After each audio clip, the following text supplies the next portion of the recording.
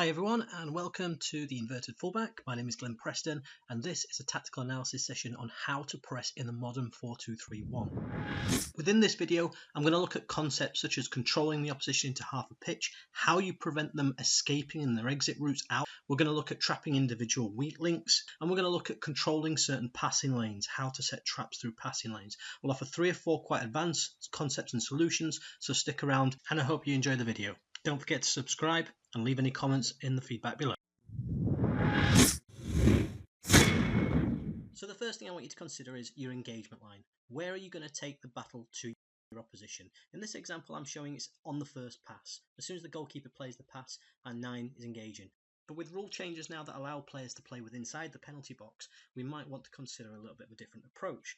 Now personally, from an own preference point of view, I prefer to engage on the edge of the 18-yard box. But it's always dependent on the opposition and the qualities that I perceive that they have, or weaknesses that I perceive that they have. But if you want to engage on pass 1, then the engagement line needs to be around the 6-yard box. But next thing we're looking at is structural. How are we going to set up our defensive lines? And I tend to refer on a principle of having a minimum of 4 defensive lines. So if I just show you an example here now, we've got this set up in 4 defensive lines: striker, the midfield line, your attacking centre mid lines, your defensive lines. But the more staggered lines that you have, the better. I'll show an example here where you can see I'm passing through the lines here from midfielder to midfielder. And because the line, that midfield line of 2 holding midfielders is quite square, they can't prevent access through. Now let's assume for a second this is slightly more staggered. We've got an additional, if you like, defensive line. There's a greater opportunity of being able to intercept passes through the lines and not be taken out or outplayed. So what I'm going to suggest to you here is you need at least 4, ideally 5 staggered defensive lines. That doesn't mean you need to stagger every single player amongst every single line. The next key consideration for me would be the width. I like my wide players to play inside the width of the opposition's penalty area. You can see that I have the fullbacks slightly on the outside lane so that they can engage in those wide spaces a little bit quicker, but it just allows for a greater form of compactness. If you look at that midfield, we've got 5 central players here clustered together to really prevent those key central access spaces. Then we need to look at the defensive line. Personal preference is to have my line as high as possible for verticality. I don't want any more than 8 to 10 meters between lines, so that if any pass gets played through and beats and outplays a certain line of mine, the second line or the next line in the progression can instantly step forward and engage. It allows you to hunt down in packs. But that doesn't mean to say that's the only way to do it. If you come across a side that plays quite direct, has a lot of pace, doesn't play through the lines quite as much, there's no right and wrong with this. You can drop your defensive line off accordingly. And within this, you need to consider the role of the goalkeeper. The goalkeeper needs to be in line with that defence. So if I'm having my defensive line right up to the halfway line, I need my goalkeeper to also reflect this and stay within a 15 to 20 metre radius at all times. If I drop my defensive line back off, then I need my goalkeeper to drop back with that defensive line. So having established what our structures are going to look like, we now need our principles of play. This is going to determine what our objectives are, how we're going to achieve it. So your objectives may well be to control the team into half a pitch in order to create ball-side superiority and you control the space. That's absolutely fine. A lot of teams take this approach. Your approach may be different. It may be that you want your strikers or your forward players to be involved in duels, to be heavy metal, to be hard, be in their face. The third may well be to set pressing traps. Allow passing lanes to be open, and once the opposition takes the bait on those pressing traps, you then overload the area. So in this first one, the first and primary player you need to do in order to control into half a pitch is to work with your number 9. For them to be able to split the pitch, they have to get their pressing technique correct. And I can't stress the importance of this enough, because pressing is like a house of cards, and if you don't get it right, it all falls to pieces. And the first player you're going to be working with is your striker. Okay, now they don't always have to come and press from the side. They can hold central ground to split the pitch. It is imperative they come round and curve from the side like this in order to take out the players who can switch the play, who are the goalkeeper and the far side centre-back. What he must also do is screen the holding midfielder as best he can at the same time. However, if he presses too straight, he doesn't take these 2 players out, and therefore they can switch the play and we don't have control. So what we need to do now is ensure we lock down the ball side holding midfielder, whether that be between the centre-backs or into the little pocket passing lanes that I'm about to show now. They're the players that are most commonly going to switch the play out to the far-sided centre-backs. If they're ahead of our line of play, like in this example, we need to press the correct shoulder that pushes them more towards the touchline. And if their central midfielders are playing in behind our second line of pressure, then we need to be able to screen well. So now consider where else can they switch the play from. So if I look in this example right now, we're locking down the central midfield, we're cutting out the centre-backs, how can they still switch the play? So we need to now consider if they have a second holding midfielder or not. You can see in this example here, there is a clear passing lane through here into this central midfielder who may be able to progress the play, and it's a valuable play because it's a diagonal pass, which are the most important in football in my opinion. We need to lock down this player and prevent access. There's two ways of doing it. You can either send a central midfielder in which case your formation becomes a bit more 4-1-4-1. It's not my preference. My preference is to try and bring across the wide forward. And there's multiple advantages to this. Not only are you locking him down and preventing access into their most valuable player, but you're also turning this player into an incredible commodity for the counter-attack, a real valuable player who can penetrate should we win the ball back. Now, if we're preventing them from switching the play, this is where things can start to get interesting and where you get options. Do you want to leave passing lanes open and set traps? Now, on the one hand here, you can see this half-space passing lane into this player is open, and this may appear to be a bad decision because it's a vertical pass they're playing between the lines. There's a certain risk attached to that, and that is of course true. But what is also true for this is that you can intentionally set this and turn it into your favour instantly.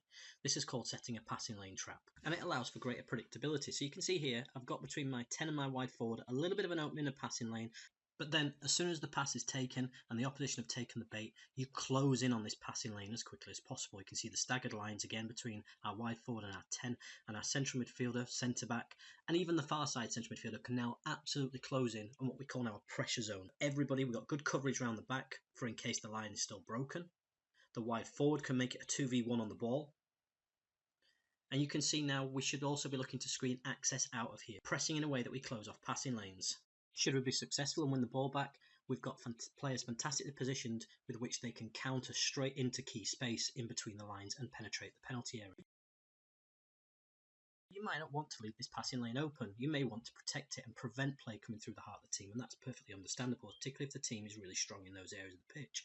So you can see here the narrowness. I've got three players covering off the central passing lane, or the half-space passing lane, and we're now inviting the passing lane to play out wide into the fullback. So there's an air of predictability. There's plenty of space. It's an easy pass for the opposition, but it gives us control. It condenses the space and we'll be able to move in as soon as the pass is taken. So using ball travelling time as the trigger on the pass, we'd now seek to squeeze in. So we might want to lock down the ball side centre back again, preventing that switch of play. We may now want to protect the heart of the block. So our wide forwards curve their run so that we can't play passes into hypothetical 9s and 10s behind their line of play. We're cutting out the switch of play, and the likelihood is now that they're going to play down the line. Again, predictability. So we need to try and close this area off, but we also want to create ball side supremacy. We don't want equality in this situation. We might want to use both central midfielders now in this case. We might want to create an extra player in here, both central midfielders given a license to press. But if we take a look at the numbers, we are at least 5 versus 4 or 6 versus 5 in this half of the football pitch. There is still an escape route for the opposition, the far side centre-back and the goalkeeper as I'm showing now. And so you need a plan for how you might want to provoke the switch of play. And I'm going to offer you two solutions here. One, we can use the far side winger and we can use ball travelling time and offer them license to come and press this centre-back. But when they do it, they have to curve their run. So as this ball comes played in here, they need to try and engage and ideally get there, first of all, so they're not arriving late. But they also need to curve just in case they do arrive a little bit late, to prevent the passing lane into the far side fullback and winger. Because otherwise, if he doesn't do his job properly and it's a straight line press like here and the access here, it's over. It's a risk to reward strategy, but it can be a worthwhile one. So that's one solution with how you might prevent the switch of play. And here is the second solution, and I've used both of these. One, you allow the pass to play into the fullback and you expect the centre-back to drop off here, and we're okay with this. We need to protect the heart of the block and prevent passes into the 9 and 10. Our 9 stays central for now, and our wide forward curves from round the back of the player to try and prevent access into the second centre-back. They may still be able to play to this ball side centre-back, and that in itself is a trap, because we've got the 9 well positioned to allow for the pass, but then he engages on ball travelling time. And hopefully now we have the opposition in complete control, where they're only really limited to playing long or into spaces that are unfavourable to them, where we can get real good pressure in and around the ball, and hopefully win it back. Now, if you've got to this point, thank you very much so far for watching. I'm going to try and offer you a few bonus tips and reward you, because I know it's not easy watching 10-11 minute videos, and show you a few additional tips that you might want to consider. Tip number 1 is when you don't want the opposition to play to wingers and you need to cut off the line option and show inside, or if the opposition have weak central midfielders, I'm going to offer you a pressing trap called inside channeling. And essentially what you're going to do is allow the holding midfielder for them to come across, and your 10 plays just on the blind side but leaves enough room, dangles a carrot. You've got ball sides, holding midfielder comes in here and they try and allow for this pass here, and the second that they do, you create a 2 versus 1 on it as soon as possible. If you can get a 3 versus 1 on it, fantastic, not always possible, and if your striker can get ahead of the nearest centre back, you can lock all avenues out. It's a really nice trap. Not easy to pull off, but a good one nonetheless. And the second tip that I want to offer, this could be a centre back or a central midfielder, but you can see against one striker, there's going to be times when they can drive ahead of play, and there's not a lot you can do about it. Or so it seems. There is, even if it's a holder. What you can do is you can press from behind. Again, I refer to this as blindside pressing, where your number 9 intentionally allows them to go beyond and presses behind, so they cannot turn and they cannot switch the play. As soon as they see this on this trigger, this wide player can now curve to cut out the press. He's not worried about the fullback so much, and this central midfielder can engage as well. And this player can even come across and create a little diamond type shape, and again we're blocking all avenues out of there. They're my tips for how to press in a 4-2-3-1. I hope you found this video useful. If you did, please leave your comments and feedback in the section below.